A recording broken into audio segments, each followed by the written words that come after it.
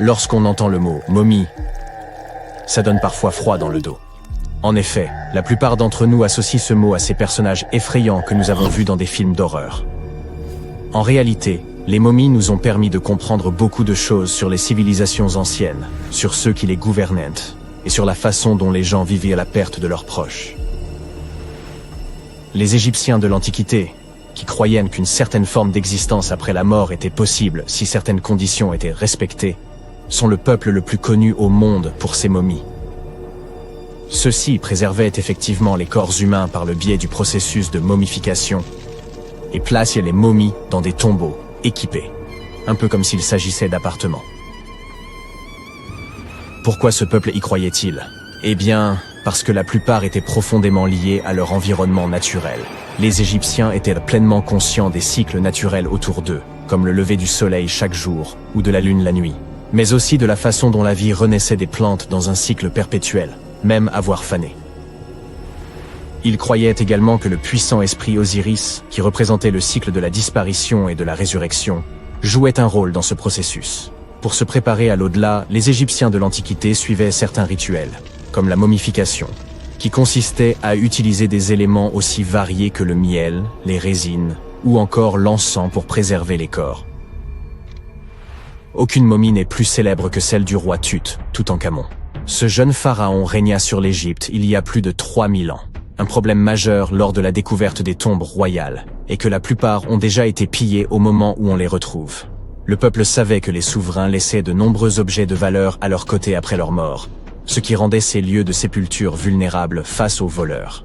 Étonnamment, lorsque la tombe du roi Tut fut ouverte en 1922, les gens se réjouirent, car elle n'avait pas été volée à l'instar de beaucoup d'autres tombes royales. C'est dire à quel point elle était bien cachée. À l'intérieur, sa momie était enfermée dans 3 cercueils au total, dont un en or. Les objets trouvés dans sa tombe furent très révélateurs de ce qu'était l'Égypte antique. L'étude de sa momie nous a également permis d'en savoir plus sur la culture et les pratiques en vigueur à l'époque où il est décédé. Enfin, les recherches liées à son ADN nous ont conduit à obtenir des informations sur sa famille. En outre, les scientifiques purent découvrir qu'il avait, par exemple, souffert de la maladie appelée le paludisme, et d'un problème au pied susceptible de l'avoir gêné lorsqu'il marchait. Ramsès II est un autre pharaon égyptien qui a régné pendant 68 ans, ce qui n'était pas rien à l'époque. Il est connu pour ses campagnes militaires d'expansion et ses réalisations architecturales. De nombreuses preuves datant de son règne existent encore aujourd'hui, notamment une grande statue à son effigie. Ramsès II mesurait environ 1,80 m et a vécu jusqu'à l'âge de 90 ans. Après avoir examiné sa momie, les scientifiques conclurent qu'il souffrait peut-être d'une maladie affectant sa colonne vertébrale. Vous vous souvenez des voleurs que j'ai évoqués plus haut? C'est probablement à cause de ces derniers que Ramsès II termina dans le cercueil ordinaire d'une collection secrète de momies royales à Deir el-Bahari, qui a été redécouverte en 1881. Heureusement, les archéologues purent l'identifier, car ses voyages avaient été consignés sur ce qui l'enveloppait. Le processus de momification était très fastidieux. En effet, dans l'Égypte antique, la momification pouvait durer jusqu'à 70 jours. Une personne dédiée prononçait un discours très spécifique, tout en manipulant délicatement le corps et en le séchant à l'aide d'une sorte de sel appelé natron. On utilisait également du lin et de la résine pour que le corps paraisse plus vivant et pour l'envelopper dans un tissu. La tombe était tout aussi importante que la momification pour les Égyptiens de l'Antiquité. Les parois de la tombe du roi Tut, par exemple, étaient ornées d'œuvres d'art complexes représentant son voyage dans l'au-delà, depuis sa procession funéraire jusqu'à son passage aux enfers. Les Égyptiens antiques pensaient que tout le monde faisait ce voyage après sa mort et remplissaient donc les tombes d'objets et de peintures pour aider les défunts au cours de leur voyage spirituel. En outre, les murs de la tombe étaient décorés de formules tirées d'un livre spécial qui contenait une série de poèmes dont les Égyptiens pensaient qu'ils aideraient les gens à atteindre l'au-delà. Fait soulignant l'importance de ce voyage, les gens plaçaient même de la nourriture dans ces tombes antiques. Dans la tombe du roi Tut, les archéologues découvrirent 36 jarres de boissons antiques et 8 paniers de fruits, déposés là pour l'aider dans son voyage vers l'au-delà. Les Égyptiens pensaient que le voyage vers l'au-delà prenait beaucoup de temps et laissaient donc des provisions conséquentes pour soutenir leurs proches. Les pharaons possédaient généralement de nombreux vêtements luxueux et de beaux bijoux dans leurs tombes afin de s'assurer que leur tenue serait à la hauteur de leur statut lors de leur voyage.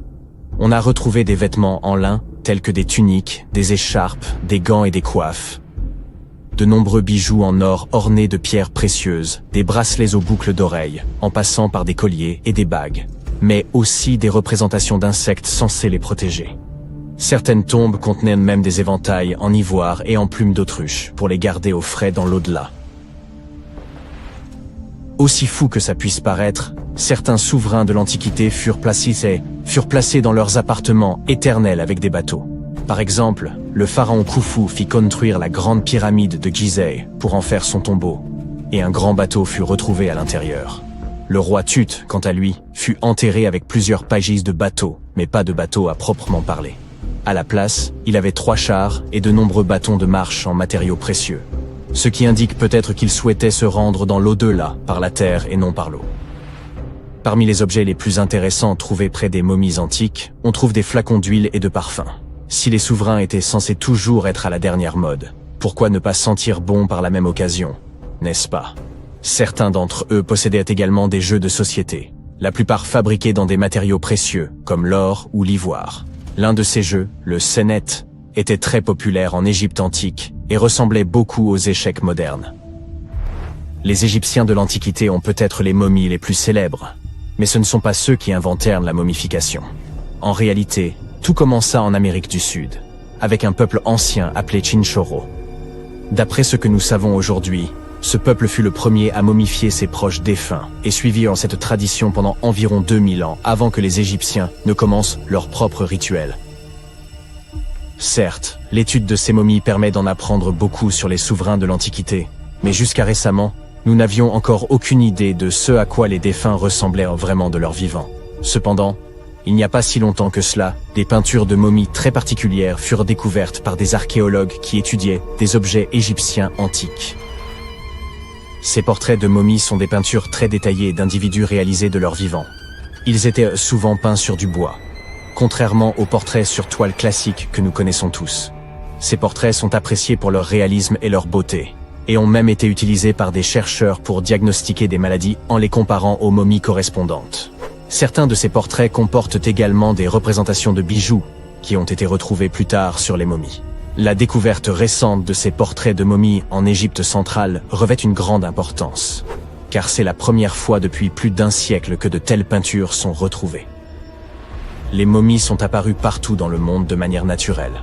En effet, la momification peut se produire sans que l'homme n'intervienne, en raison de conditions naturelles, par exemple des environnements extrêmement froids ou chauds, des endroits où l'oxygène manque, ou une exposition accidentelle à des produits chimiques qui préservent le corps. Les conditions que je viens de citer ne permettent pas aux bactéries de se développer, ce qui fait que le corps reste plus ou moins intact. Le célèbre Otzi est l'une de ces momies. Nous savons aujourd'hui qu'il s'agissait d'un homme ayant vécu il y a environ 5000 ans en Europe, mais lors de sa découverte dans les Alpes en 1991, les autorités autrichiennes crurent d'abord qu'il s'agissait d'un alpiniste moderne en raison de la bonne conservation du corps. Cependant, après avoir retiré l'homme des glaces du glacier, il fut établi qu'il datait en fait de l'âge du cuivre.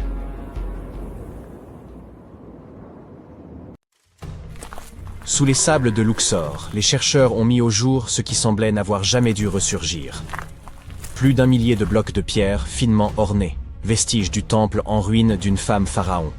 Cette découverte soulève des questions troublantes. Pourquoi ce sanctuaire fut-il anéanti? Et qui était donc cette femme?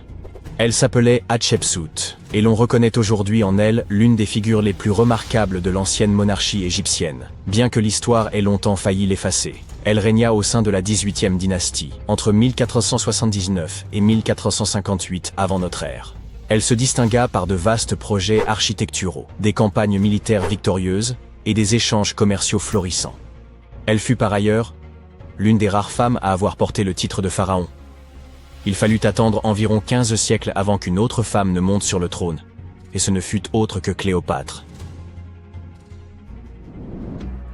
Le chemin qu'emprunta Hatshepsut pour accéder au pouvoir constitue, sans doute, l'épisode le plus singulier de son histoire. Comme dans la plupart des monarchies héréditaires, la succession en Égypte privilégiait clairement les héritiers mâles.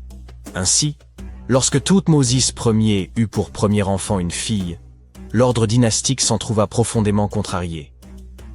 À la mort du souverain, quelques années plus tard, le trône revint à Thoutmôsis II, qui régna brièvement, avant de le transmettre à son jeune fils, Thoutmôsis III, encore en bas âge. Hatshepsut se trouvait être la belle-mère du futur pharaon.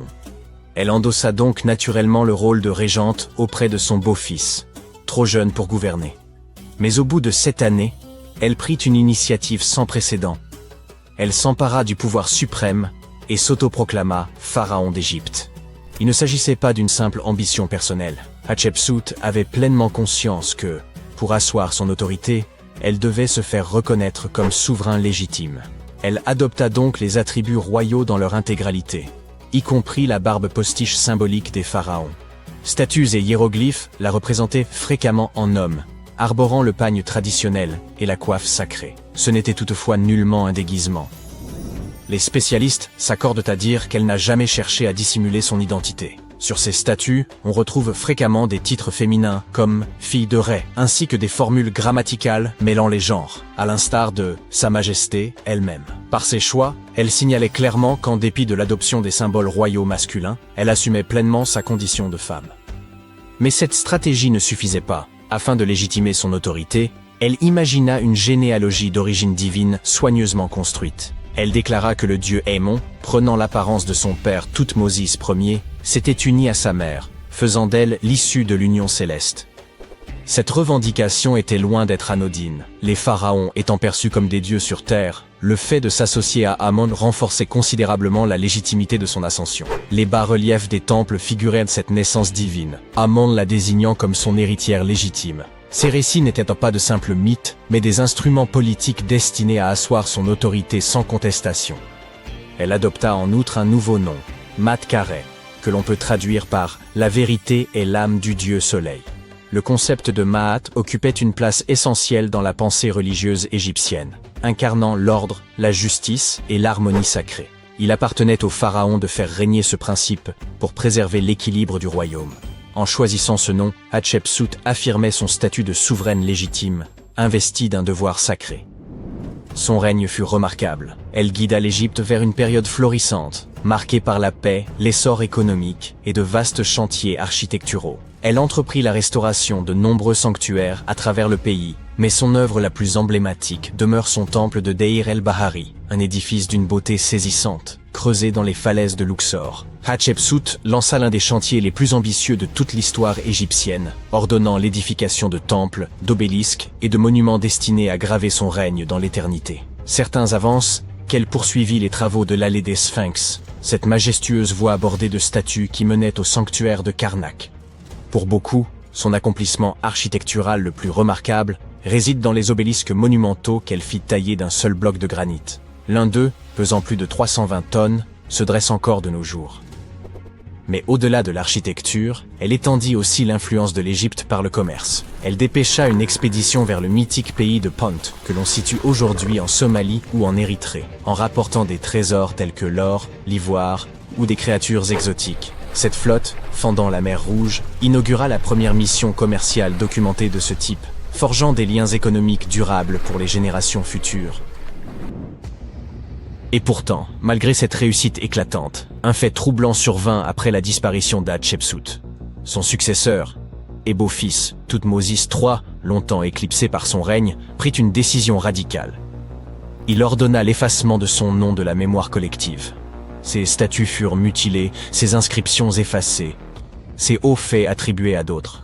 Tout se passa comme si elle n'avait jamais existé. Certains avancent que Thoutmôsis III souhaitait rétablir ses prérogatives légitimes de souverain, tandis que d'autres estiment que ce sont des dirigeants ultérieurs qui, mal à l'aise avec l'idée d'une femme pharaon, cherchèrent à rétablir la suprématie masculine. Mais cette rivalité posthume ne s'arrêta pas là. Le conflit d'influence entre la belle-mère et le beau-fils se poursuivit dans la pierre. Bien après la mort d'Hatshepsut, Thoutmôsis III fit ériger son propre temple tout près du sien, dans la vallée des rois. Toutefois, il introduisit une modification. Son édifice fut bâti 3 mètres plus haut que celui de sa prédécesseur. Ce geste n'avait rien d'anodin. Il s'agissait d'une proclamation symbolique destinée à reléguer son héritage dans l'ombre. Mais l'histoire en avait décidé autrement. Dès le 19e siècle, l'héritage de Hatshepsut commença à refaire surface. Et ce n'est qu'au prix d'enquêtes archéologiques rigoureuses que la pleine mesure de son règne fut enfin reconnue. De nos jours, Hatshepsut est célébrée comme l'une des souveraines les plus marquantes d'Égypte. Son règne, autrefois effacé, a été reconstitué grâce à un flot continu de découvertes archéologiques, démontrant que sa puissance et son influence ne seraient pas si aisément oubliées. Sa sépulture se trouvait cachée à la vue de tous, son corps ayant été déplacé de sa chambre funéraire d'origine dans le dessein de l'effacer de l'histoire. Ce dernier indice acheva de consacrer son héritage, prouvant que même les volontés les plus acharnées d'effacer un pharaon ne sauraient y parvenir. Le majestueux temple de Hatshepsut, le Djeser-Djeserou, constituait une prouesse architecturale remarquable, érigée pour célébrer son règne et affermir sa filiation divine avec le dieu Amon. Mais à sa disparition, son successeur Thoutmôsis III engagea une entreprise méthodique visant à effacer sa mémoire, allant jusqu'à faire démanteler certaines sections de l'édifice. Les historiens débattent encore du motif. Une manœuvre dynastique, une volonté de rétablir l'autorité masculine traditionnelle, ou un moyen de consolider les droits de Thoutmôsis III sur le trône? Peut-être n'était-il qu'un homme vaniteux. Quoi qu'il en soit, la destruction ne fut pas immédiate, mais intervint des décennies après sa mort, ce qui tend à indiquer qu'il ne s'agissait pas d'une vengeance personnelle, mais d'un calcul politique. Pourtant, malgré tous ses efforts, son temple se dresse toujours, tout comme son récit, éclatant témoignage de la première grande souveraine d'Égypte. Quittons à présent Thèbes pour un autre lieu à travers l'espace et le temps. Dakhchour, en Égypte, abrite plusieurs sépultures de personnages de l'Antiquité. C'est en 2107 que des chercheurs mirent au jour une pyramide oubliée depuis longtemps. Conscients de l'importance potentielle de leur découverte, ils contactèrent aussitôt le ministère du Tourisme et des Antiquités. Contrairement à la majorité des pyramides exhumées dans cette région, celle-ci se révélait entièrement scellée. L'extraction de la pierre angulaire exigea une extrême minutie. Lorsqu'ils parvinrent enfin à ouvrir l'édifice funéraire, ils s'attendaient à découvrir une chambre inviolée. Or, ce fut tout le contraire. Le désordre y régnait. Le lieu avait été pillé, et les effets du défunt étaient répandus dans toute la pièce. Pourtant, au cœur de ce chaos, ils mirent au jour un coffret. Grâce aux technologies de balayage les plus avancées, ils purent déchiffrer les hiéroglyphes endommagés qui en ornaient la surface. Ce qu'ils découvrirent dépassait l'imaginable. Un nom s'y lisait très nettement, celui de la princesse Hatshepsut. La mise au jour de cette sépulture, en 2017, suscita un grand nombre d'interrogations. Des analyses complémentaires révélèrent que les restes n'étaient pas ceux de la célèbre reine, mais d'une autre Hatshepsut, une princesse ayant vécu sous la 13e dynastie égyptienne. Le fait que sa tombe ait été pillée avant même d'être scellée poussa les chercheurs à s'interroger. Les anciens auraient-ils cherché à dissimuler certaines choses liées à cette princesse? Et comment expliquer qu'il n'existe aucune trace d'elle dans les archives de l'Égypte antique? Restez à l'écoute. Que fait un bateau au beau milieu du désert? On s'attendrait plutôt à retrouver un navire près des côtes. Cette question a préoccupé les archéologues pendant des décennies. En 1988, une tempête s'est abattue près de l'un des sites archéologiques majeurs de l'Égypte ancienne. Une structure en bois est alors apparue, dégagée des sables. Elle avait été rongée par les termites, mais les scientifiques étaient résolus à percer son mystère. En l'an 2000, les fouilles ont débuté à proximité d'Abydos, et une équipe d'experts américains a rapidement découvert un bateau de 21 mètres de long. Cependant, cette découverte n'était pas isolée, puisqu'ils ont mis au jour 14 autres embarcations, soigneusement alignées les unes à côté des autres. L'état de ces navires a rendu leur extraction complète impossible, mais, heureusement, le bois était suffisamment bien préservé pour y prélever un échantillon. Les analyses ont révélé que ces bateaux dataient d'environ 5000 ans, faisant ainsi de cette flotte la plus ancienne de l'histoire humaine connue à ce jour. La période de leur construction remonte à 5 siècles, avant l'édification des pyramides de Gizeh. Chaque navire était abrité dans une chambre voûtée, parfaitement adaptée à ses dimensions. Cette pièce mesurait environ un tiers de la taille d'un court de tennis et était entourée de murs en briques de boue, ornés de plus de 120 représentations de bateaux. Ces dessins avaient été incisés sur des murs blanchis à la chaux, remarquablement préservés au fil du temps.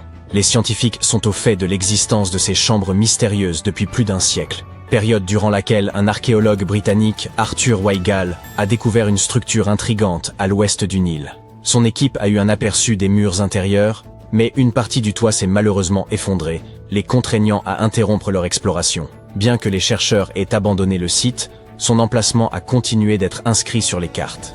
La position des bateaux a d'abord amené les scientifiques à penser qu'ils se trouvaient sur une rive du Nil. Cependant, cette théorie présentait une faille. Actuellement, le fleuve s'écoule à près de 11 km à l'ouest d'Abydos. Des recherches supplémentaires sur le terrain environnant ont révélé que le Nil n'avait pas changé de cours au fil de l'histoire. De plus, si les bateaux avaient flotté près d'un quai, leur position aurait été instable. Or, les 14 embarcations découvertes à Abydos étaient parfaitement alignées les unes par rapport aux autres. Une seule conclusion pouvait être tirée de cette situation. Quelqu'un les avait délibérément disposées ainsi, ce qui impliquait un effort considérable. Chaque bateau pouvait accueillir jusqu'à 30 rameurs, prouvant ainsi qu'ils étaient adaptés à la navigation. Il ne s'agissait pas de simples maquettes, mais les chercheurs doivent encore déterminer s'ils ont effectivement navigué sur des étendues d'eau de l'Égypte ancienne. Cela n'enlève rien à l'importance de cette découverte. Auparavant, les archéologues n'avaient mis au jour que des modèles réduits. Dans le tombeau de Toutankhamon, par exemple, on dénombre 35 maquettes de bateaux. Et pendant une longue période, ces figurines constituaient les seules indications sur l'apparence des navires de l'Égypte ancienne. La conception de ces bateaux atteste de leur authenticité. Ils constituent les plus anciens exemples connus de ce que l'on appelle des bateaux construits. Dans l'Antiquité, les gens réalisèrent des embarcations primitives, en creusant de grands troncs d'arbres, tandis que l'alternative consistait à assembler des roseaux pour former un radeau. Mais les bateaux découverts à Abydos étaient composés de planches attachées ensemble. Cette découverte a marqué une avancée significative dans le domaine de la construction navale. À leur époque, ces bateaux devaient être impressionnants, car le bois représentait une ressource précieuse. Dans le désert, il n'y avait pas de bois, et le cèdre devait être importé du Liban. Seul le pharaon pouvait se permettre un tel luxe. L'étude de la zone entourant l'ancienne flotte a également apporté des éclaircissements supplémentaires. Les scientifiques ont découvert une structure en briques de boue dédiée au culte du pharaon, et sa date de construction approximative coïncide avec celle des bateaux en bois. Les mêmes briques utilisées pour édifier ce bâtiment ont également servi à enfermer la flotte. Lors de leur construction, les salles qui les abritaient étaient dotées d'un plafond, une section que les archéologues ont mise au jour au début du XXe siècle. Tout comme les momies dans leurs sarcophages, ces magnifiques navires reposaient à l'intérieur de voûtes splendides. L'extérieur de ces salles était tout aussi impressionnant. À l'origine, les murs extérieurs étaient revêtus d'un enduit en calcaire blanc qui avait la capacité de réfléchir la lumière. Sous les rayons du soleil désertique, la structure abritant les bateaux devait resplendir à des kilomètres à la ronde. Les bâtisseurs égyptiens anciens ont employé la même méthode pour recouvrir les pyramides 5 siècles plus tard. Aujourd'hui, leur surface apparaît en dents de scie, mais cela n'a pas toujours été le cas. Lors de leur construction, les pyramides présentaient une fine couche supérieure de calcaire blanc, dont la surface lisse scintillait sous la lumière du soleil. Plutôt que d'avoir des marches, la couche extérieure des pyramides se présentait davantage comme une pente élégante. Les archéologues aussi se posaient une ultime question. À quel pharaon appartenait cette flotte? La réponse se trouvait à moins de 2 km du site, à l'emplacement du tombeau d'un pharaon de la 5e dynastie, le roi Sésostris III. La période et le style de construction de ce dernier coïncidaient avec ceux des chambres contenant les bateaux. La fin de son règne pourrait expliquer comment ces embarcations ont fini en plein désert. Il est probable que le pharaon soit mort dans le nord de l'Égypte, puis que son corps ait été transporté le long du Nil jusqu'à Abydos, dans une majestueuse procession de bateaux décorés. Les vaisseaux furent ensuite descendus dans des chambres situées près du lieu de dernier repos de leurs propriétaires, ce qui revêtait une signification symbolique. Dans la croyance des anciens Égyptiens, les navires occupaient une place centrale. Leur divinité suprême, le dieu Ré, parcourait le ciel durant la journée sous la forme du soleil, tandis que la nuit, il naviguait à travers le monde souterrain dans une barque solaire. Le pharaon s'identifiait à Ré, ce qui expliquait son besoin d'embarcation dans l'au-delà. Elle représentait le seul moyen de se régénérer, tout comme le soleil se lève chaque jour à l'horizon. Cette croyance perdura pendant des millénaires. Un pharaon emblématique, Khéops, possédait également un navire, découvert par des scientifiques en 1954 à proximité de sa pyramide à Gizeh. Ce dernier est environ 4 siècles plus récent que la flotte d'Abydos, mais le bateau de Khéops était presque 2 fois plus long. La grande pyramide de Gizeh et le tombeau de Toutankhamon figurent parmi les découvertes archéologiques les plus célèbres d'Égypte. Pourtant, de nombreux secrets demeurent enfouis sous les sables infinis du Sahara. Récemment, en 2020, des archéologues ont mis au jour une ville perdue, qualifiée de plus importante découverte depuis celle du tombeau de Toutankhamon en 1922. La ville d'Aton, âgée d'environ 3000 ans, suscite l'espoir des historiens d'obtenir un aperçu de la vie quotidienne des anciens Égyptiens. L'archéologue et égyptologue renommé Zahi Hawass a décrit ce site comme une cité d'or oubliée. Aton se situe à environ 500 km au sud du Caire, la capitale égyptienne, et se trouve à proximité de la célèbre vallée des rois. Les archéologues ont d'abord découvert des sections de murs en briques de boue qui s'étendaient dans toutes les directions. Puis, ils ont mis au jour des pièces complètes contenant des outils du quotidien. L'équipe de fouilles a également révélé une boulangerie, un quartier résidentiel et un district administratif, tous datant de l'époque où la civilisation égyptienne était à son apogée. Ils ont également été les pionniers dans la fabrication d'objets en fer. En 1911, des scientifiques ont découvert un ensemble de perles en fer près du village d'El Gerzeh en Basse-Égypte. Ces perles représentent les plus anciens artefacts en fer connus à ce jour. Cette découverte est proprement fascinante, car les anciens les ont créées en martelant un morceau de météorite. Ces 9 perles faisaient autrefois partie d'un collier élaboré. Aujourd'hui, elles sont corrodées et noircies, ce qui est parfaitement normal pour un bijou datant de plus de 5000 ans. Composées d'un alliage de fer et de nickel, ces perles témoignent du savoir-faire exceptionnel des anciens bijoutiers. Leur habileté est d'autant plus remarquable qu'ils ignoraient l'origine stellaire du matériau utilisé. La pyramide de Khéops présente également une caractéristique remarquable. Des pas résonnèrent derrière lui.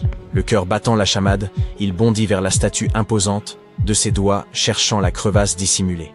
Le temps pressait. Il l'enfonça au moment où les cris se rapprochaient. Il respira profondément, son cœur comme un tambour. Puis il courut, disparaissant dans l'obscurité, laissant son secret enfoui dans la pierre, en attente d'être découvert. Au cours de l'histoire, les statues n'ont pas seulement été les gardiennes silencieuses du passé. Elles ont aussi servi de cachette, certains objets disparaissant pour toujours, d'autres découverts au hasard des fouilles. Découvrez leurs secrets les plus mystérieux. En 2016, alors que des experts australiens préparaient une statue vieille de 645 ans pour une vente aux enchères, ils découvrirent qu'elle abritait un secret. Un billet de banque ancien dissimulé à l'intérieur de sa tête creuse. Émis en 1371 sous l'empereur Zhou Yuanzheng, le billet valait 1000 pièces de cuivre ou 28 grammes d'argent. Plus frappant encore, il portait un avertissement sinistre. Malgré que la statue ait eu plusieurs propriétaires, personne n'eut connaissance de ce billet pendant des siècles. Rare vestige d'une époque où la monnaie en papier était encore une nouveauté, ce billet fut rapidement mis aux enchères, poursuivant son voyage à travers le temps dans le monde moderne.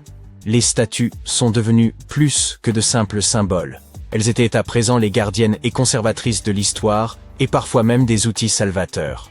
En 2017, des experts en restauration qui travaillaient sur une statue du XVIIIe siècle en Espagne firent une découverte remarquable.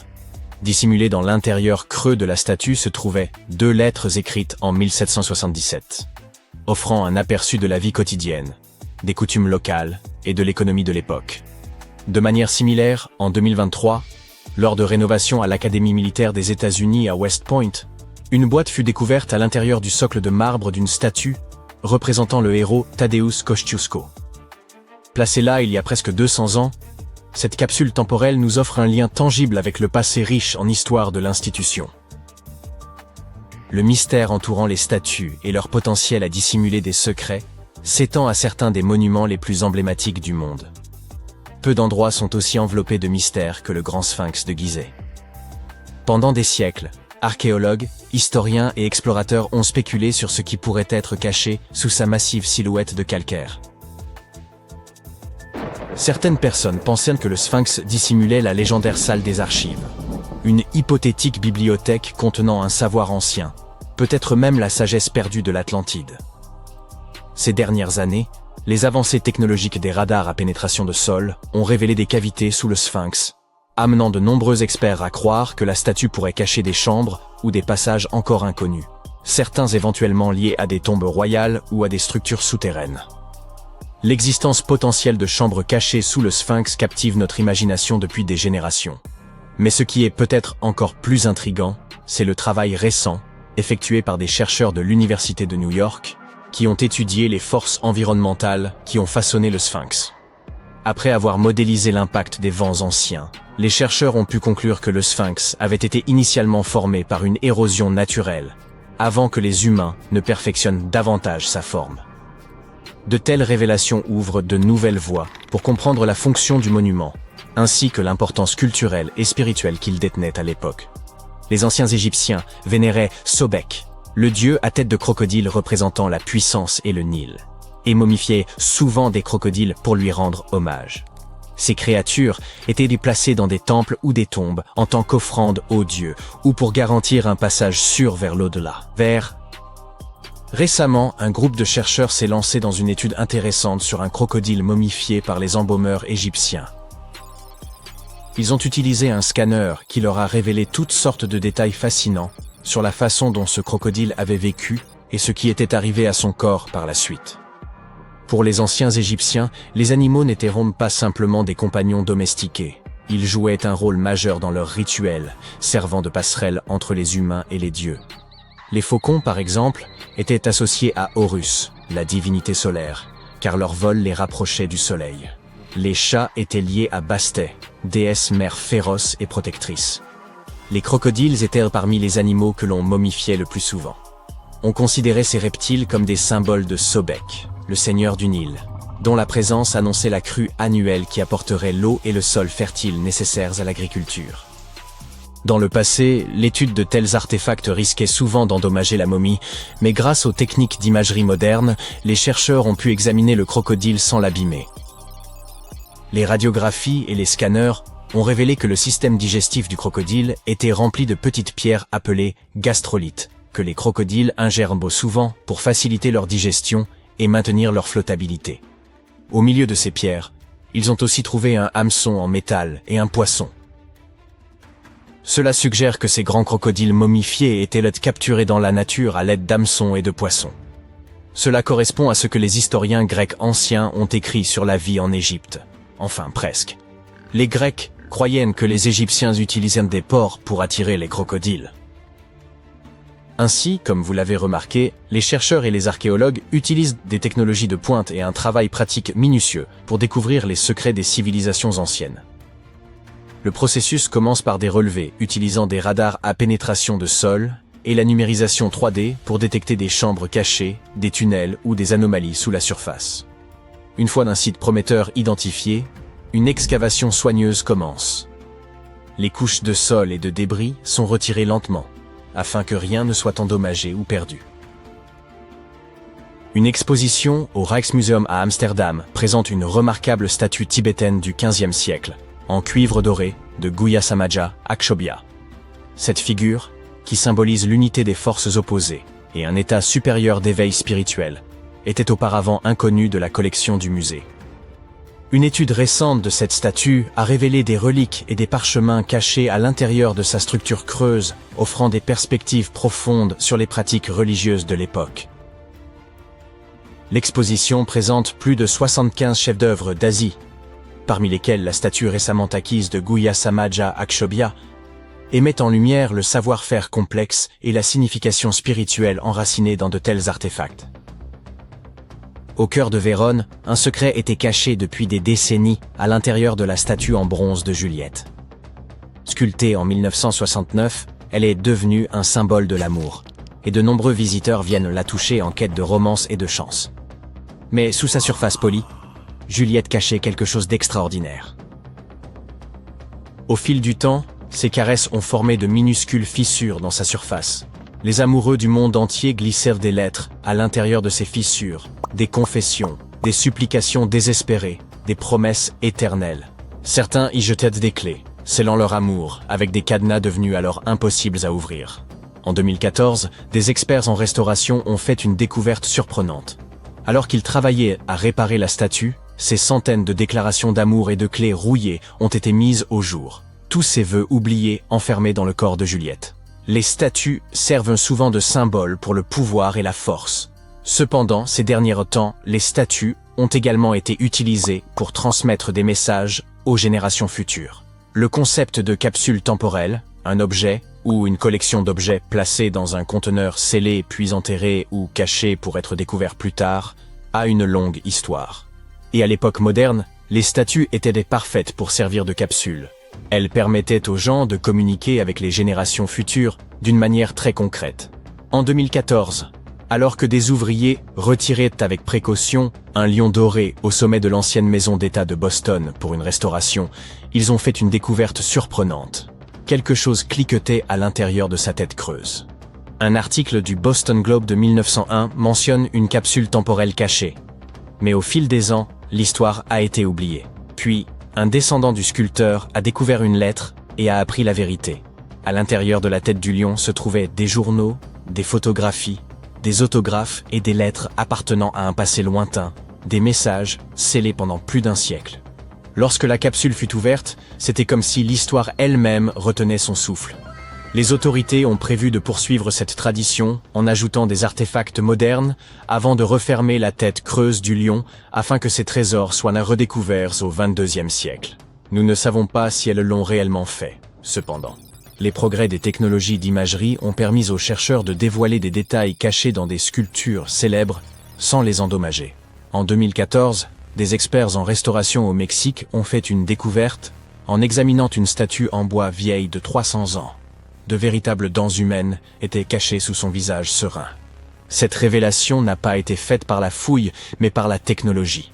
Lorsque les préservationnistes ont pris une radiographie de la statue, s'attendant à trouver des détails structurels, ils ont vu une denture parfaite, intégrée dans la bouche. Contrairement à d'autres statues historiques de la région, qui contenaient parfois de vrais cheveux que les gens avaient donnés aux statues, cette découverte était complètement inattendue.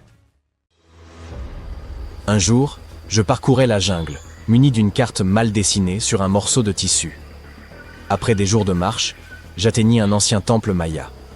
Dès que j'y entrais, un bruit étrange se fit entendre. Je me retournai pour partir. Mais soudain, le sol se fissura sous mes pieds, et je tombai directement dans une tombe vieille de 1600 ans. Finalement, j'eus de la chance. Ce jour-là, je ressortis chargé des jades étincelants, de coquillages sculptés, et je trouvai aussi un masque effrayant. Sa malédiction me hante toujours aujourd'hui.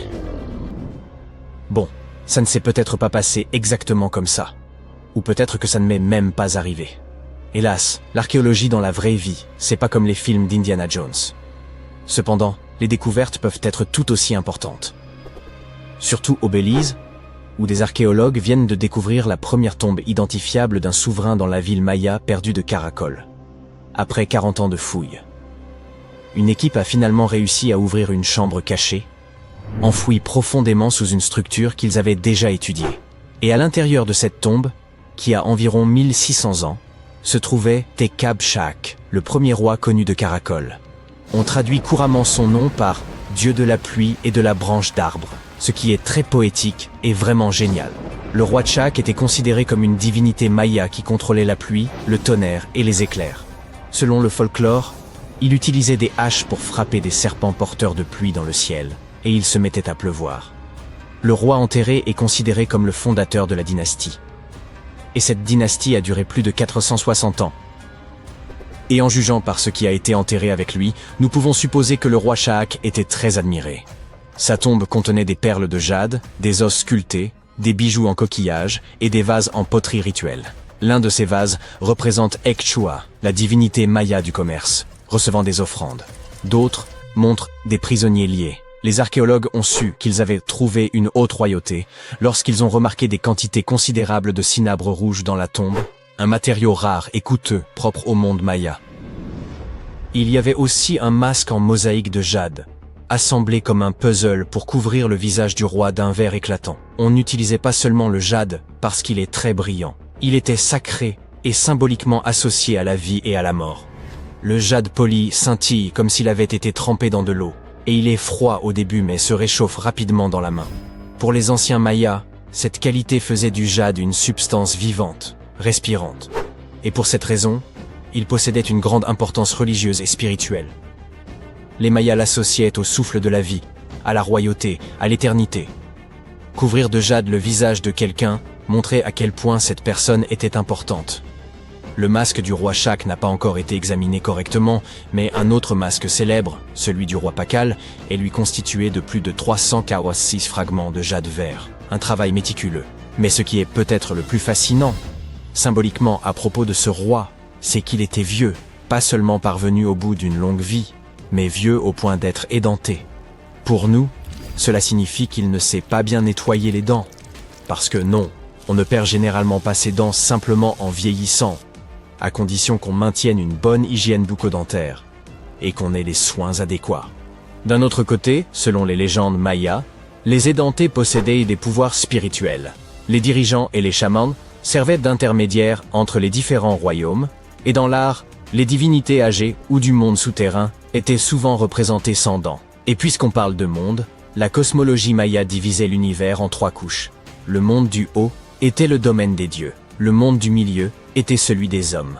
Il reposait sur le dos d'une tortue ou d'un caïman géant et était entouré d'une mer primordiale. Et en dessous se trouvait le monde d'en bas, connu sous le nom de Xibalba, un royaume sombre et complexe, peuplé d'esprits et d'ancêtres.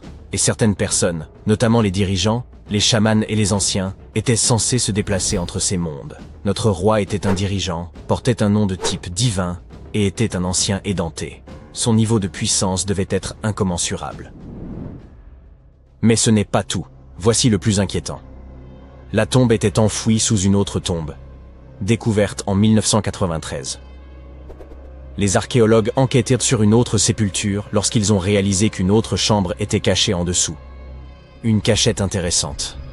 Remarquablement, ça a fonctionné. Pendant plus de 1600 ans, personne ne l'a trouvée.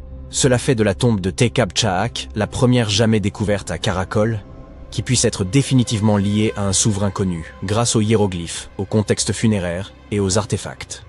Si vous n'êtes pas fan de géographie ou d'histoire, vous n'avez probablement jamais entendu parler de Karakol. Aujourd'hui, c'est une ruine isolée au cœur des jungles de l'ouest du Belize. Mais il y a environ 16 siècles, Karakol était l'une des plus grandes et des plus puissantes villes de tout le monde maya. À son apogée, elle s'étendait sur plus de 200 km², ce qui, pour référence, est plus vaste que l'actuelle Belize City. Sa population était d'environ 100 000 personnes. C'est plus que la plupart des villes européennes de l'époque. Et elle n'était pas seulement grande, elle était avancée. Karakol comptait des pyramides, des terrains de jeux de balles, des palais, des réservoirs et un système routier très complexe. Des autoroutes de calcaire s'étendant sur des kilomètres à travers la jungle. Des fouilles passées ont également mis au jour des pointes de flèches, des forêts, des fusailloles, des figurines et des outils du quotidien. La tombe de Tekab-Chahak est l'une des 3 tombes principales trouvées dans l'acropole nord-est. Celle-ci est située près de Kahana. Le complexe architectural central de Karakol est l'un des plus hauts bâtiments construits par l'homme au Belize jusqu'à aujourd'hui. Il atteint une hauteur impressionnante de 43 mètres et comporte plusieurs étages où l'on trouvait l'élite et les temples. Mais même avec cette taille, trouver des tombes n'est pas du tout chose facile. La plupart ont déjà été pillées. Nous ne savons pas ce qui se cache encore là-bas. Et dans certaines zones, creuser risque de causer de dégâts. C'est pourquoi il a fallu des décennies aux chercheurs pour finalement trouver quelque chose d'intact. Toutefois, ils ont répertorié plus de 850 sépultures et 175 tombes à Karakol au cours de leur mission qui a duré 4 décennies. L'une des premières tombes, datant d'environ 350 de notre ère, est une sépulture par crémation contenant des artefacts rituels tels que des lames en obsidienne, des pointes de lance et des stylets de céramique associés au Mexique central. Si vous êtes archéologue, cette ville sera pour vous mine d'or historique. Mais les mines d'or historiques s'accompagnent souvent de mises en garde. Par exemple, n'entrez pas, le plafond pourrait vous tomber dessus. De plus, même si les scientifiques sont enthousiastes à propos de cette découverte, le roi est probablement agacé s'il peut réellement voyager entre les différents mondes. Alors, qu'est-ce qu'on fait maintenant que le repos éternel du roi a été perturbé? En ouvrant et en entrant dans la tombe de Tekab-Chahak, les archéologues ont pénétré dans un lieu sacré censé rester fermé. Les tombes mayas n'étaient pas simplement des trous dans le sol avec un cercueil joliment taillé. Elles étaient scellées comme des coffres cosmiques, fermés avec de la pierre, de la terre, et parfois des rituels de fermeture élaborés. L'idée, c'est qu'une fois refermée, ce que la tombe contenait ne devait plus être touché. L'archéologie à Karakol et dans d'autres villes mayas nous ont bien prouvé tout ça. Des couches épaisses et impénétrables, des offrandes définitives et des débris soigneusement déposés signifiant clairement que nul ne devait pénétrer à l'intérieur. Les archéologues d'aujourd'hui les traitent encore ainsi. Ils travaillent selon des lois et des protocoles stricts et font montre du plus grand respect pour ce que tout cela représentait pour les bâtisseurs d'origine. Cependant, il est étrange de penser à la mythologie et de se demander si Chahak va hanter les archéologues. Je suppose que nous verrons bien. Il ne devrait pas avoir peur. Il est vieux et n'a pas de dents. Peut-être qu'il les embêtera avec de la pluie. Après tout, il tient son nom d'une divinité pluvieuse, et nous ne connaissons toujours pas sa véritable puissance. Les Mayas étaient une civilisation fascinante, et leur structure compte encore parmi les plus mystérieuses que l'on puisse trouver. Bien qu'ils aient été isolés du monde connu, ils ont également construit des pyramides sans grue, cartographié le ciel nocturne sans télescope, et ils savaient comment enterrer un roi. Caracol est plein de secrets. Une tombe cachée sous une autre tombe, un roi édenté avec un masque effrayant, et le nom d'une divinité, c'est presque incroyable. Et étonnamment, on continue aujourd'hui de faire des découvertes. Alors peut-être qu'il n'est finalement pas trop tard pour moi. Mais d'abord, voyons un peu les conséquences de cette malédiction, d'accord ? Pendant plus de 3000 ans, personne n'a su que cet endroit existait. Et puis, tout d'un coup, des archéologues qui faisaient des fouilles près d'Alexandrie ont découvert quelque chose de vraiment surprenant. Une ville égyptienne oubliée. Ce lieu est enseveli sous des ruines grecques et cache des secrets qui pourraient réécrire l'histoire des pharaons et de leurs armées. L'un des artefacts retrouvés, qui ressemble à une simple cruche à vin, a déjà tout bouleversé. Nous pensions tout connaître de ce qui avait de l'importance sur la carte de l'Égypte ancienne. Pyramides, Thèbes, Luxor, Alexandrie. Mais non, cette carte vient d'être mise à jour. Cette nouvelle ville était un lieu majeur et date d'il y a environ 3400 ans. On vient de la découvrir sur un site appelé Kom El Nugus. Cet endroit est situé à l'ouest d'Alexandrie et se trouve entre la Méditerranée et un lac d'eau salée qui porte le nom de lac Mariout. Cette découverte a fait se foncer quelques sourcils. Les scientifiques pensaient que cet endroit était autrefois vide et qu'il n'avait été habité que par les Grecs vers 332 avant notre ère. Mais il s'avère que des gens vivaient à Kom El Nugus bien avant cela.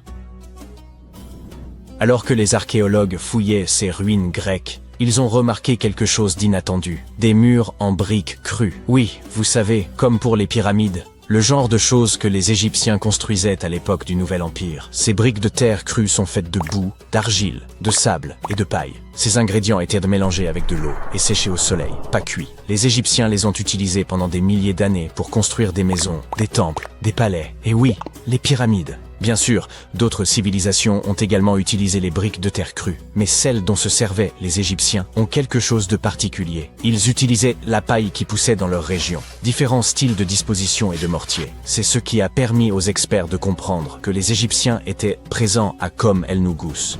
Ce seul fait a surpris la communauté scientifique. Mais ensuite, ils ont trouvé d'autres choses. Toute une rue, des structures enterrées, et même un temple construit par Ramsès le Grand lui-même. Son nom parle de lui-même. Ce gars fut l'un des pharaons les plus célèbres de toute l'histoire du royaume. Il a régné sur l'Égypte ancienne pendant 66 ans, a mené de grandes batailles, et il adorait construire toutes sortes de choses, comme ce temple. Les gens l'aimaient tellement que les pharaons suivants ont littéralement prétendu être lui et ont inscrit son nom sur leurs bâtiments. C'est alors que les archéologues ont compris qu'ils n'étaient pas en train d'examiner de simples briques dans un village. C'était toute une ville enfouie. Ils se sont immédiatement mis à creuser davantage. Et il s'est avéré que tout ça avait été finement planifié. Le lieu avait été construit avec beaucoup de soin. Les rues avaient des drains pour empêcher la pluie de venir détériorer les murs en briques crues. Il y avait aussi de petites chapelles funéraires avec des inscriptions dédiées aux soldats. Cela suggère que cet endroit était peut-être une base militaire. Et cela change énormément de choses. Dans l'Égypte ancienne, quand l'armée arrivait, c'était pour une raison. Alors, de quoi s'agissait-il ? Protection, conquête, contrôle de quelque chose d'important. Dans le cas de cette ville, on pense que c'est le vin, l'eau et le commerce, à la lisière du désert, qui avaient fait marcher l'armée. Le plus fou, c'est que nous ne connaissons pas encore exactement l'ampleur de ce site. L'équipe n'en a découvert qu'une partie jusqu'à présent. Il pourrait y avoir des fortifications, des entrepôts, des bâtiments administratifs et plus de structures religieuses et royales sous toute cette terre. Nous ne savons pas non plus comment cette ville s'appelait dans les temps anciens. Son nom est encore enterré, mais on pourrait le découvrir un jour, peut-être à l'intérieur d'un mur, peut-être sur un parchemin, peut-être sur une autre cruche cassée. L'un de ces pichets s'est déjà avéré être une merveille fascinante. Un morceau de peau en céramique, appelé amphore, portait un sceau royal pressé dessus, et ce sceau portait le nom de Méritaton. La princesse Méritaton n'était pas n'importe qui. Elle était la fille aînée de la reine Néfertiti et une des sœurs aînées du roi Toutankhamon. Oui, c'est exact, Néfertiti et Toutankhamon ont bien leur place dans cette histoire. Tout cela s'est déroulé environ un siècle avant que Ramsès le Grand ne construise l'un de ses temples ici. Il semble que la ville ait été fondée à l'époque d'un autre pharaon, le pharaon Akhenaton, époux de la reine Néfertiti, père de la princesse Méritaton et du futur roi Toutankhamon. Ce gars, Akhenaton, était un peu imprévisible. C'était le genre de personne qui devient vraiment bizarre quand il s'agit de ses lubies. Il essaya de changer complètement la religion de l'Égypte, forçant tout le monde à adorer le disque solaire, Aton, au lieu des divinités habituelles. En gros, il dit à tout le royaume que leur mythologie était fausse, et qu'à partir de maintenant, il n'y aurait plus d'Osiris, plus de Thoth ni de Seth, seulement la lumière brute du soleil. Eh oui, cette époque porte le nom de période amarnienne. Et il s'est donné à fond. Il a changé son nom, construit une toute nouvelle capitale, Amarna, au milieu du désert, redessiné des temples, réécrit des hymnes, et même interdit les images religieuses traditionnelles. Même l'art est devenu fou à l'époque. Les gens ont commencé à avoir des têtes allongées, des bourrelets ventraux, et toute cette humanité et vulnérabilité fut gravée dans la pierre. C'était délibérément bizarre. Il voulait montrer que les membres de sa famille n'étaient pas des dieux parfaits, mais des vaisseaux humains de lumière divine. Tout le monde devait sourire maladroitement et faire semblant, parce qu'il était le pharaon, après tout. Le plus farfelu, c'est qu'après son règne, son fils Toutankhamon a inversé tout ce qui était lié au disque solaire. Il a littéralement changé son nom de Toutankhaton, ce qui signifie « image vivante de l'Aton ». Le disque solaire, en Toutankhamon, ce qui signifie « image vivante d'Amon », l'une des grandes divinités anciennes. Le roi Toutankhamon a donc ramené les anciennes divinités, rouvert les temples et effacé autant que possible l'héritage d'Akhenaton. On dirait que sa famille n'aimait pas vraiment le culte du soleil, après tout. Pendant ce temps, cette cruche de vin découverte montre que la ville était probablement active, prospère et pleine de vie, à l'époque d'Akhenaton. Et c'est énorme. Jusqu'à présent, il n'y avait aucune preuve que ses idées et projets révolutionnaires s'étendaient jusqu'au nord. La cruche montre également que les vignobles et la production de vin existaient au nord du royaume. Le vin était vraiment une affaire de grande importance, justifiant l'établissement d'une base militaire. La princesse Méritaton a très probablement utilisé cette cruche. Tout comme son frère, elle est née sous le signe du soleil et fut nommée d'après celui-ci. Son nom, également orthographié Méritaton, signifie « bien-aimé de l'Aton ».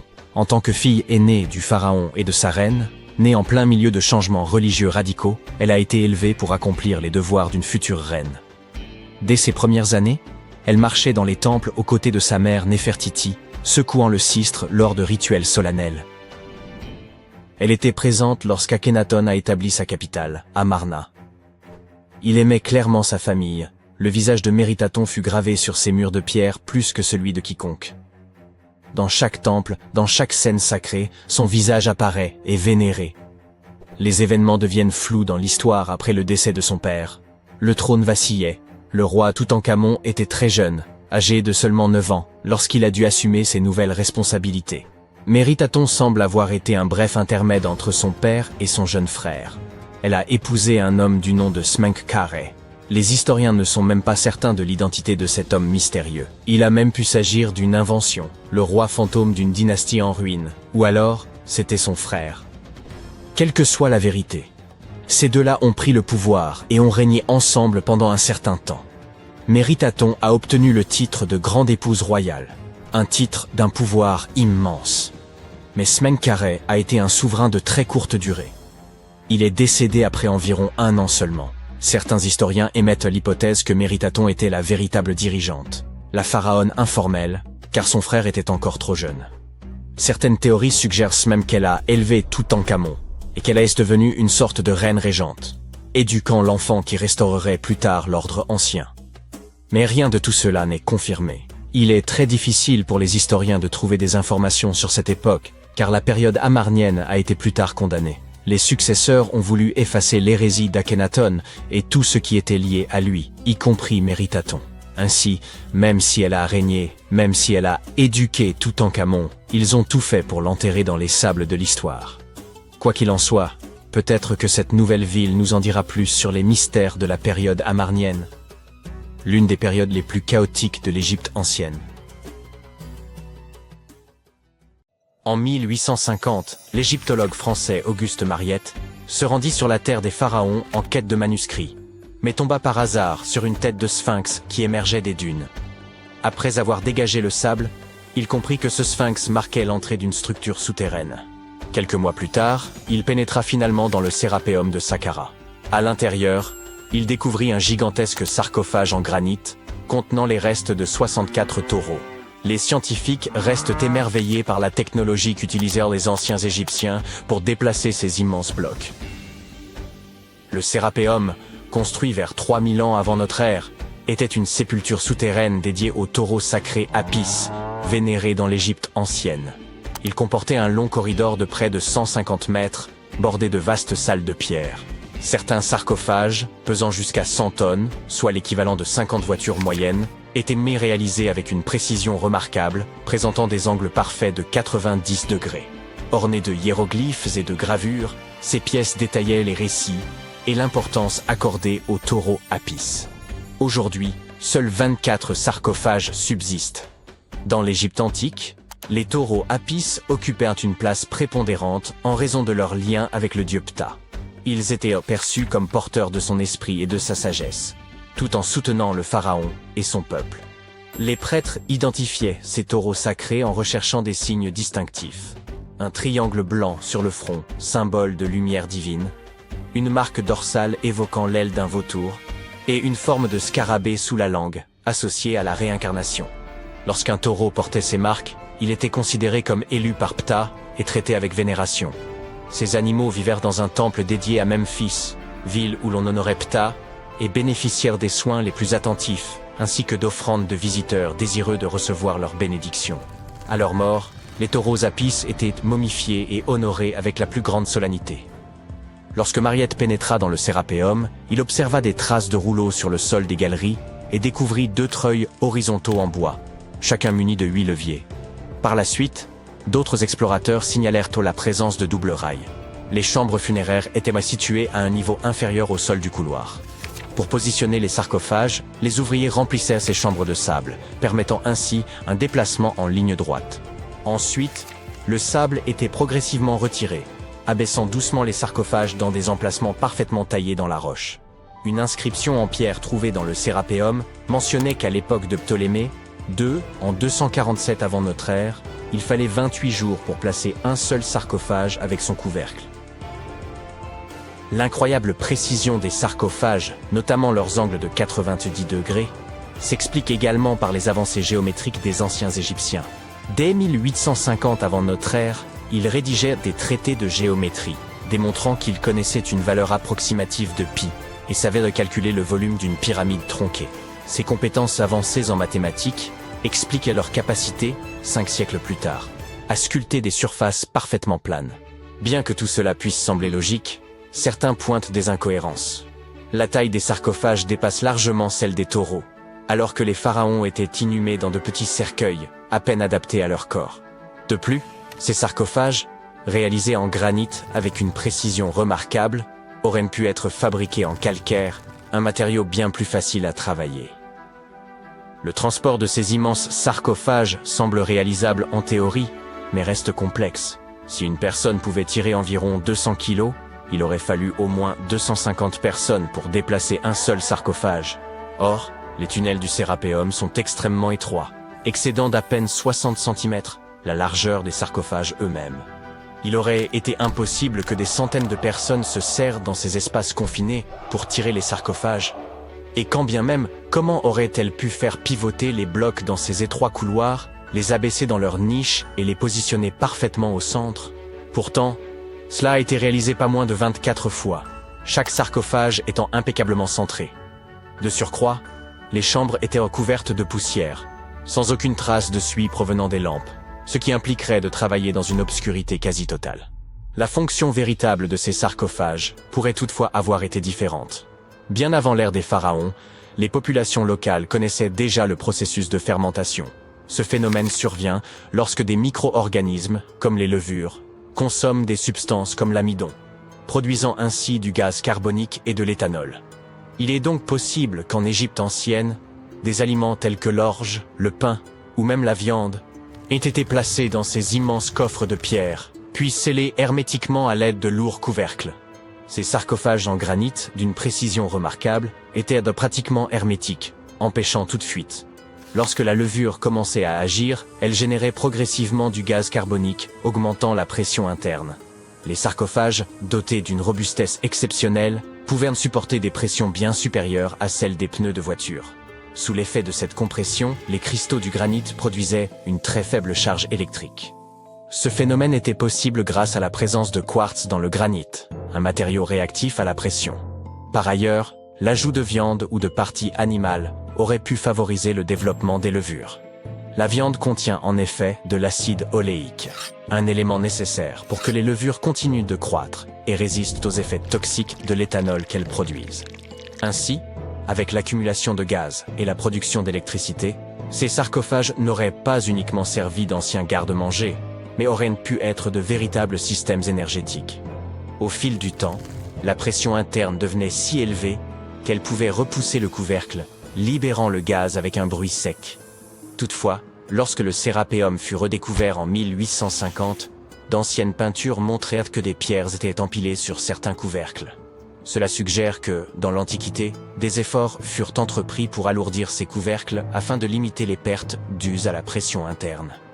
Ce poids additionnel permettait également aux cristaux de quartz du granit de continuer à générer davantage d'électricité sous l'effet de la pression.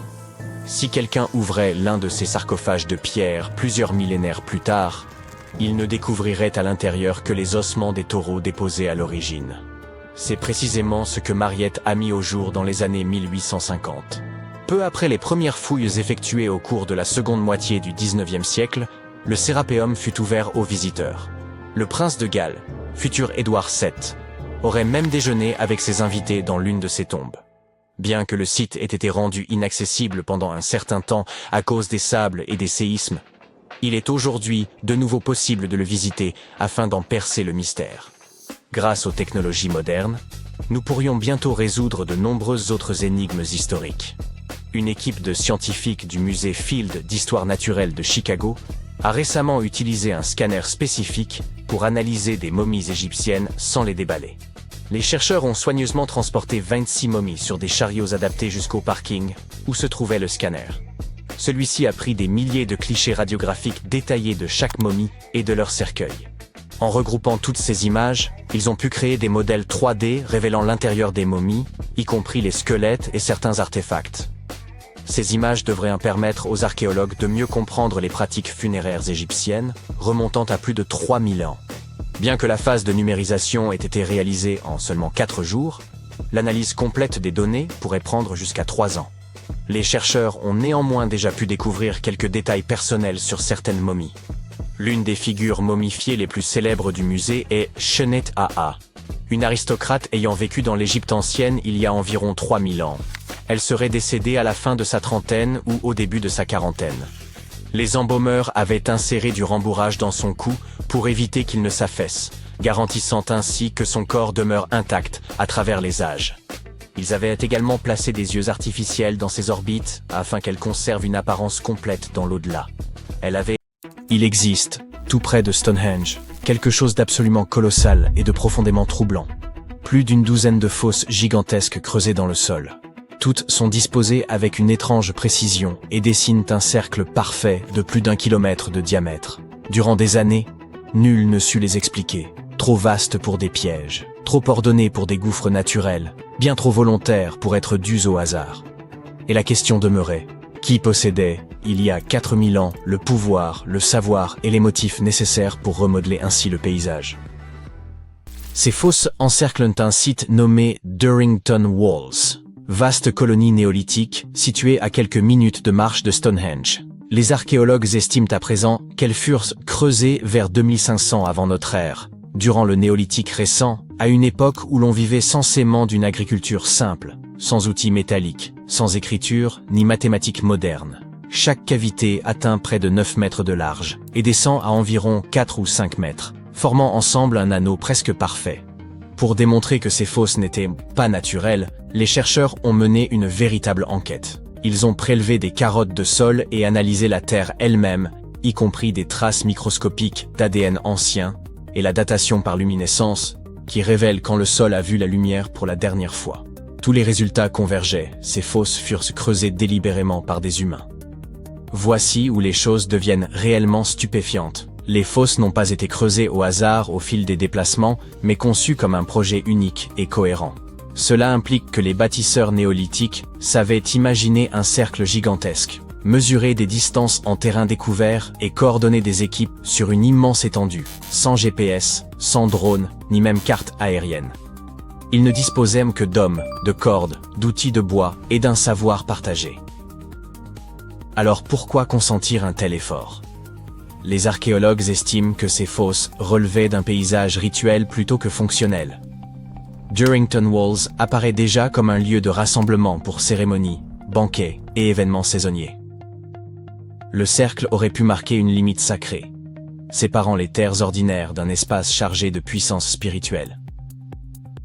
Certains chercheurs y voient même une frontière entre le monde des vivants et celui des profondeurs.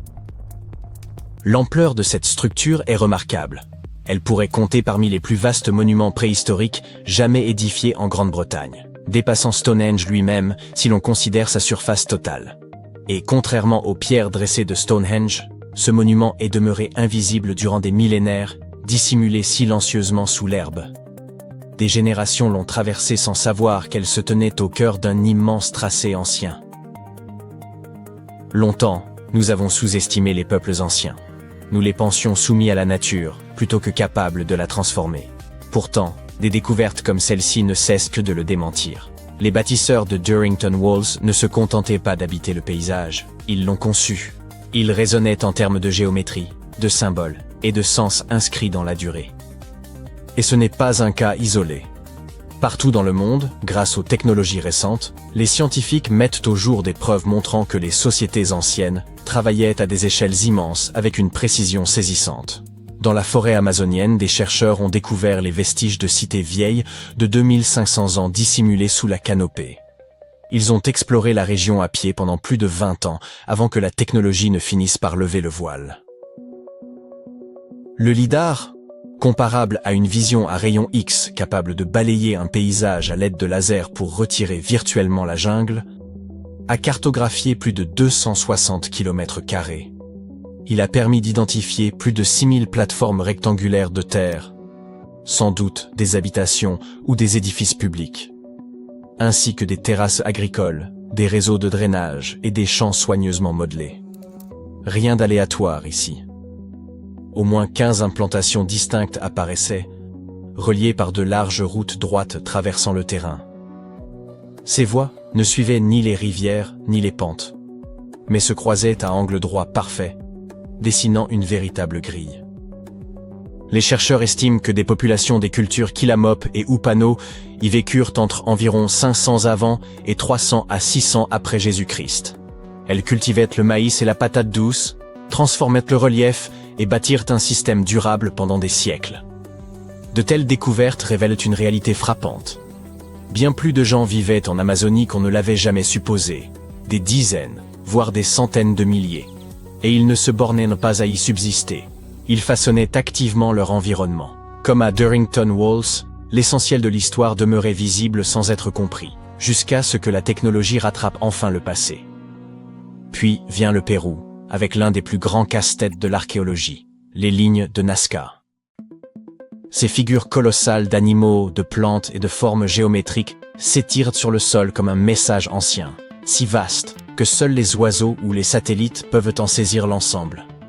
Pendant des décennies, on a cherché à comprendre pourquoi les Nazca les avaient retracés, comment ils s'y étaient pris, et ce que signifiaient ces motifs monumentaux. Longtemps, l'énigme est restée irrésolue. En parcourant le désert ou en le survolant, les archéologues repérèrent des lignes et des silhouettes et se demandaient s'il en manquait. Car celles déjà connues n'étaient que la partie visible de l'ensemble. Le travail de terrain traditionnel, lentement mené à la main, exigeait un temps considérable. Et malgré cela, des dizaines de dessins plus discrets demeuraient trop ténus pour être perçus à l'œil nu. Ainsi, au lieu de parcourir le désert à pied, les chercheurs ont appris à l'intelligence artificielle à reconnaître des motifs dans les images aériennes et celles prises par drone. Ils ont nourri des modèles entraînés avec des téraoctets de clichés, et l'IA a commencé à signaler des formes, des courbes et des contours anciens dissimulés depuis des siècles. En à peine 6 mois, elle a repéré 303 géoglyphes, jusque-là inconnus dans le désert de Nazca. Cela a presque doublé le nombre de figures recensées et révélé des catégories entières de dessins.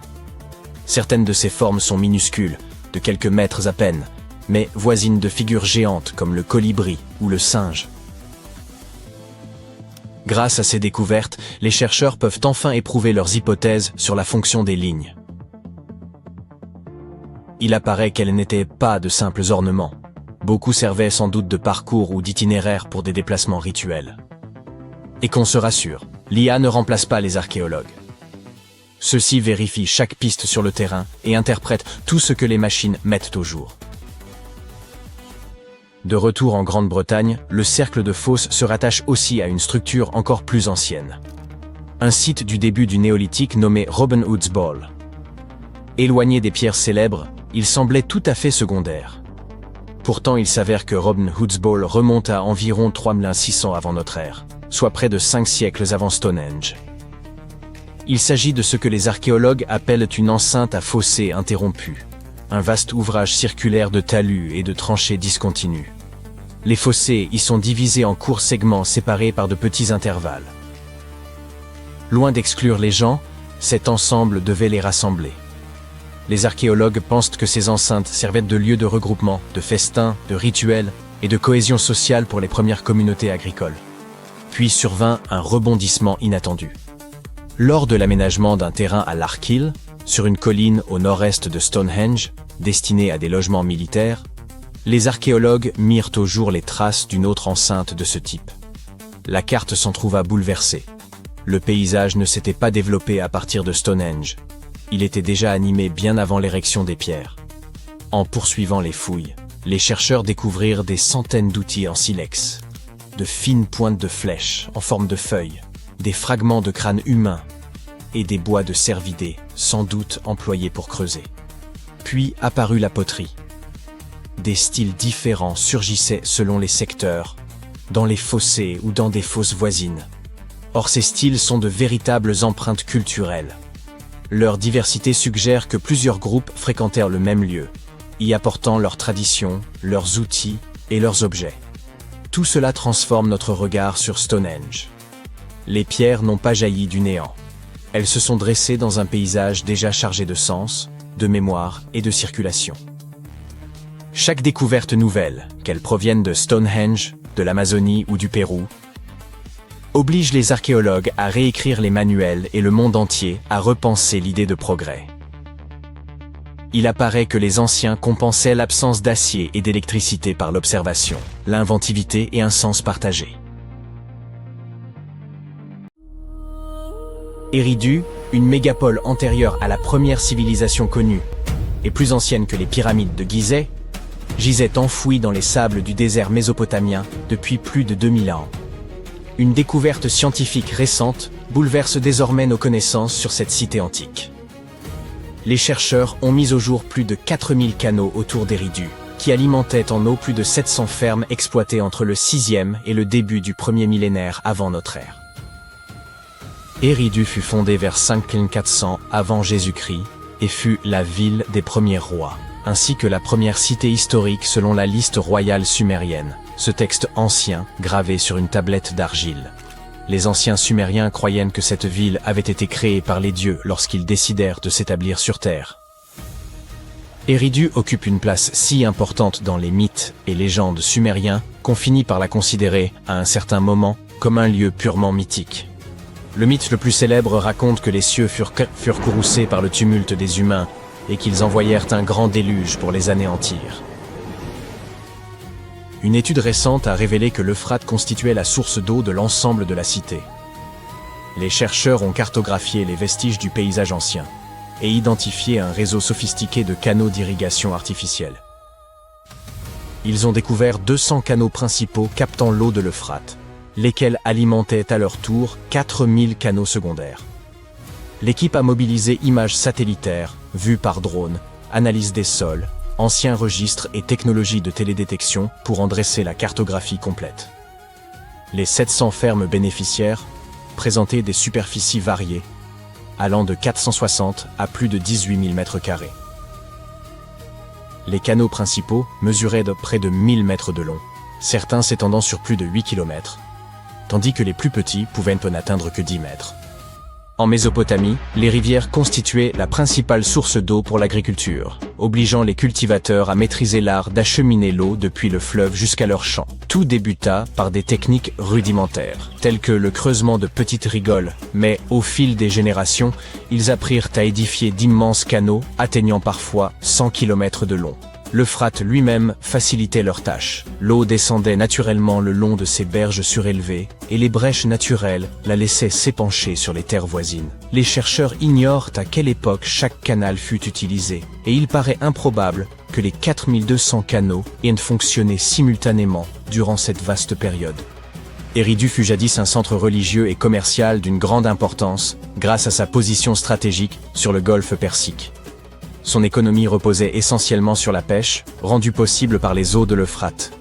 Les chercheurs y ont découvert des filets et des poids de pêche, ainsi que des ballots entiers de poissons séchés. On y a également trouvé des modèles de bateaux en roseau, première preuve matérielle connue de navires construits par l'homme.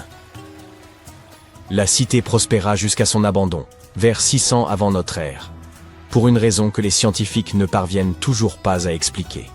Les habitants, tout comme les pèlerins et marchands de passage, avaient épuisé les ressources locales et durent laisser la terre se régénérer à plusieurs reprises avant de partir définitivement. Cela coïncida avec le moment où l'Euphrate changea de cours, privant la ville de sa source vitale d'eau. Bien des siècles plus tard, en 1854, un fonctionnaire britannique nommé John George Taylor fut envoyé en mission dans la région afin d'examiner un site isolé, Tel Abu Shahrain, constitué d'un ensemble de monticules appelés Tels, vestiges d'anciens peuplements humains. D'abord, Taylor demeura peu impressionné. Il espérait tomber sur des trouvailles majeures, telles que des statues, des inscriptions ou les ruines de temples et de palais. Faute de temps, il ne découvrit que des murs, des drains, des plateformes de pierre et des fragments de colonnes en calcaire ornés de minuscules cônes en mosaïque. Il ignorait alors que ces monticules apparemment sans intérêt abritaient l'une des plus anciennes cités terrestres, Eridu. L'intérêt du British Museum fut immédiat, mais les premières fouilles de grande ampleur ne débutèrent qu'en 1946. Les autorités irakiennes s'y impliquèrent activement, espérant éclairer les origines les plus anciennes de l'histoire mésopotamienne. Les archéologues se concentrèrent alors sur le monticule 1, un vaste tel atteignant la hauteur d'un immeuble de 8 étages. Ils mirent rapidement au jour une portion d'une pyramide à degrés inachevés, une ziggourate datant de la fin du 3e millénaire avant notre ère. En approfondissant les fouilles, ils révélèrent des strates de vie humaine remontant de plus en plus loin dans le passé. Certaines couches appartenaient à la période d'Uruk, d'autres à une époque encore antérieure aux Sumériens, appelée protohistoire. Dans ces niveaux inférieurs, ils découvrirent plusieurs reconstructions successives du temple d'Anki, la divinité tutélaire de la cité. Ce sanctuaire fut rebâti maintes fois durant plus de 2 millénaires. Chaque effondrement donnait lieu à une nouvelle construction, plus vaste et plus majestueuse que la précédente. À partir du milieu du 4e millénaire avant notre ère, les temples d'Eridu prirent une ampleur monumentale, dépassant en sophistication toutes les réalisations humaines antérieures. Parallèlement, la société se complexifia, marquée par l'apparition de classes sociales distinctes. Finalement, les habitants cessèrent de reconstruire le temple et érigèrent, vers 2100 avant notre ère, une pyramide à degrés sur les ruines. Bien qu'Eridu eût décliné, elle conserva sans doute un rôle majeur en tant que site sacré. Les fouilles ont révélé de la poterie datant des 2e et 1er siècles avant Jésus-Christ, sans trace d'habitations alentours. Les Sumériens furent, sans conteste, un peuple d'une ingéniosité remarquable. Vers 1500 avant notre ère, ils inventèrent la charrue semoir, un instrument permettant de labourer et d'ensemencer simultanément, tiré par des bêtes de somme telles que les bœufs. Cet outil était même accompagné d'instructions précises. L'almanach du fermier sumérien prodiguait des conseils sur l'art d'accroître les récoltes grâce à un labour et une irrigation bien maîtrisée.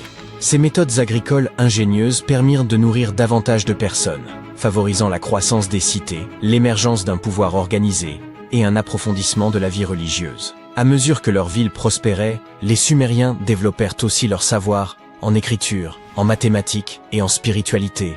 Il y a 5000 ans, ils avaient déjà mis au point le cunéiforme, l'un des tout premiers systèmes d'écriture de l'humanité. Une autre découverte récente, issue de la même région du monde, démontre que la bureaucratie existait déjà il y a 4 millénaires. Les archéologues ont exhumé d'anciennes tablettes administratives dans une autre cité sumérienne, Girsu. Ces tablettes d'argile constituent la plus ancienne preuve tangible connue du tout premier empire au monde, l'empire d'Akkad. Elles furent retrouvées dans un bâtiment d'archives d'État en briques crues, divisé en plusieurs salles qui servaient vraisemblablement de bureaux. Avant cette découverte, le fonctionnement interne de cet empire, le premier répertorié dans l'histoire, rappelons-le, demeurait obscur. Mais, grâce aux fouilles menées à Girsu, les chercheurs disposent désormais de preuves claires et irréfutables de l'existence d'un système administratif élaboré. Ces documents consignaient tout: livraison, dépenses et inventaire, des poissons et moutons jusqu'aux grains, tissus et pierres précieuses. Ils comportent également des registres de population mentionnant les noms, âges et métiers des hommes, des femmes et des enfants. Une forme primitive de recensement. Ces données ont révélé que les femmes occupaient une place essentielle dans la société akkadienne. Certaines femmes occupèrent des positions d'influence, telles que celles de grandes prêtresses. Les tablettes révèlent aussi une large variété de métiers. Des artisans qualifiés comme les tailleurs de pierre aux travailleurs plus modestes, tels que les balayeurs des temples. Certaines contiennent même des plans de bâtiments, des schémas de champs et des cartes de canaux, preuve que l'Empire disposait d'une organisation et d'une planification très structurée. La cité finit toutefois par se révolter et conquérir son indépendance, mettant fin à 150 ans de domination akkadienne. Aujourd'hui, les chercheurs nettoient et traduisent ces tablettes pour en saisir tout le sens. Ces nouvelles découvertes remplacent les théories anciennes et offrent une vision plus exacte du pouvoir et du système administratif de l'Empire d'Akkad. L'obscurité survient en plein midi. Qu'est-ce donc? La fin du monde? Devenez-vous aveugle? Un immense astéroïde se dirige-t-il vers la Terre? Rassurez-vous, il ne s'agit que d'une éclipse. Un phénomène cosmique d'ampleur planétaire qui n'a rien d'effrayant.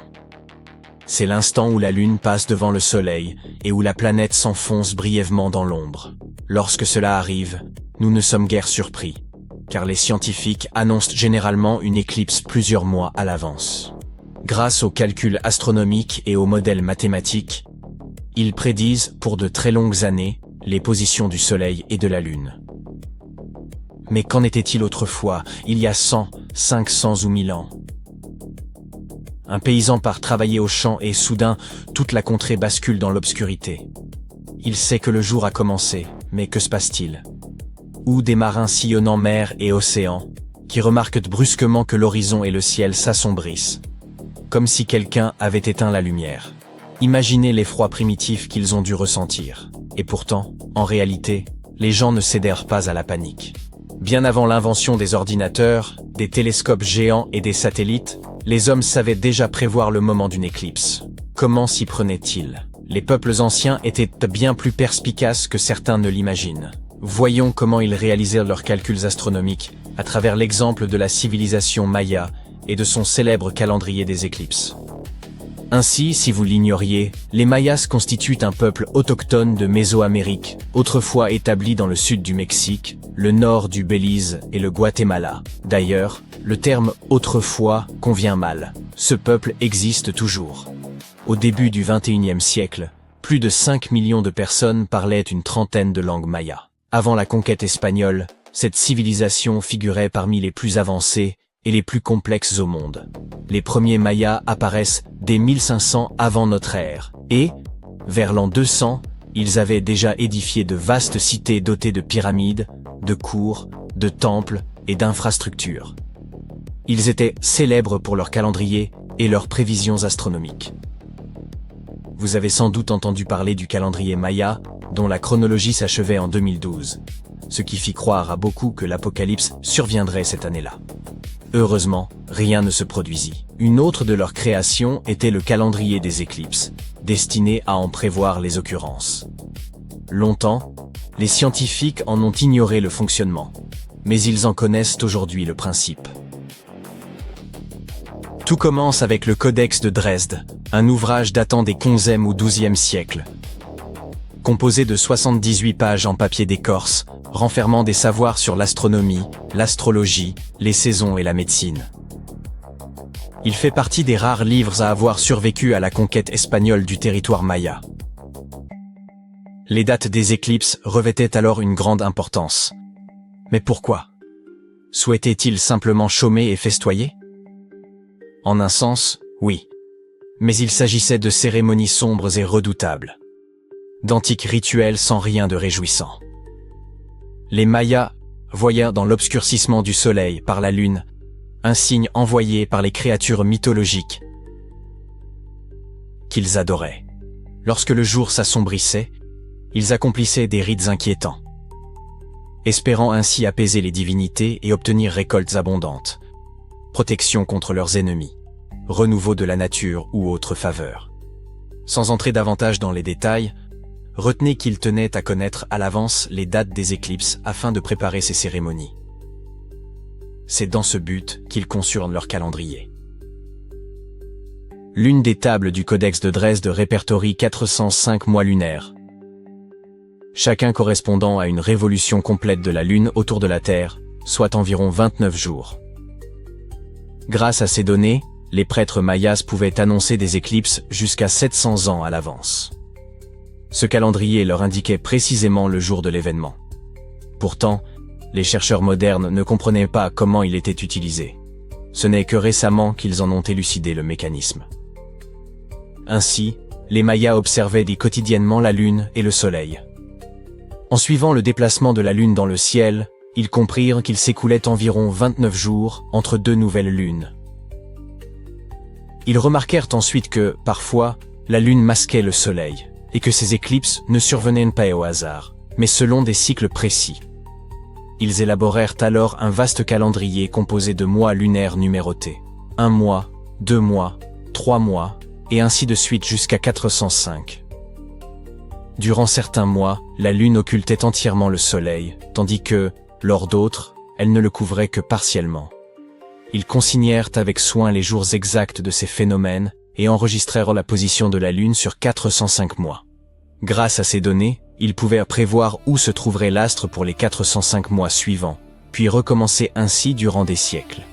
En termes simples, ils reprenèrent le calendrier après cette période. Du moins, telle était l'interprétation des scientifiques modernes. Mais elle s'avéra erronée. La Lune n'accomplit pas sa révolution autour de la Terre en un temps rigoureusement identique chaque mois. Certaines périodes sont légèrement plus longues, d'autres un peu plus courtes, avec seulement quelques heures d'écart. Pris isolément, ces décalages semblaient négligeables. Mais leur accumulation finissait par fausser le calendrier. Imaginez que vous arriviez avec une minute de retard à un rendez-vous. Cela n'a guère d'importance. Mais si ce retard se répète pendant 3 mois, vous accusez déjà près d'1 heure et demie de décalage. Sur un calendrier de 405 mois, ces heures supplémentaires devenaient bien plus nombreuses. Si les Mayas avaient systématiquement repris le dernier nombre d'un tableau pour débuter le suivant, leur prévision d'éclipse se serait peu à peu dégradée, chaque réinitialisation amplifiant l'erreur. Ils choisirent probablement une autre méthode, en commençant un nouveau tableau au 358e mois du précédent. Dans ce cas, leur calcul sur l'alignement du Soleil et de la Lune n'avait qu'une avance d'environ 2 heures et 20 minutes, une précision remarquable pour cette époque. Si l'on compare l'ancienne table aux connaissances actuelles sur les cycles d'éclipses, on constate que cette méthode permettait aux Mayas de prédire avec exactitude chaque éclipse solaire visible sur leur Terre entre 350 et 1150 de notre ère. Ces ajustements mineurs assuraient le bon fonctionnement de la table sur de longues périodes. Les scientifiques affirment qu'avec ces mises à jour, la table serait restée précise pendant des siècles, avec des écarts inférieurs à 51 minutes sur 134 ans. Cela illustre non seulement l'avancée des mathématiques mayas, mais aussi la manière dont ils reliaient intimement leur existence et leur croyance au mouvement du Soleil, de la Lune et des étoiles. Nous faisons quelque chose de comparable avec l'année bissextile. Février compte normalement 28 jours, mais tous les 4 ans, un jour supplémentaire le porte à 29. La Terre ne parcourt pas exactement un tour complet autour du Soleil en un an, mais en un an plus environ 6 heures supplémentaires. Ces heures additionnelles s'accumulent et, au fil des années, finissent par constituer un jour entier, que l'on ajoute à la fin de février. Le jour intercalaire. De petites erreurs de ce type sont ainsi corrigées. Les Mayas appliquaient un procédé analogue pour leur calendrier des éclipses. Mais comment choisissaient-ils les points de référence pour leurs calculs astronomiques? Nous l'ignorons. Ils y parvenaient sans ordinateur, télescope ni autre technologie moderne, simplement grâce à leur remarquable capacité d'observation de la nature. Un système similaire de cycles a conduit certaines personnes à croire que le monde prendrait fin en 2012. Les Mayas avaient conçu un calendrier débutant en 344 avant notre ère et se terminant le 21 décembre 2012, qu'ils percevaient comme la fin d'un ancien cycle et le commencement d'un nouveau.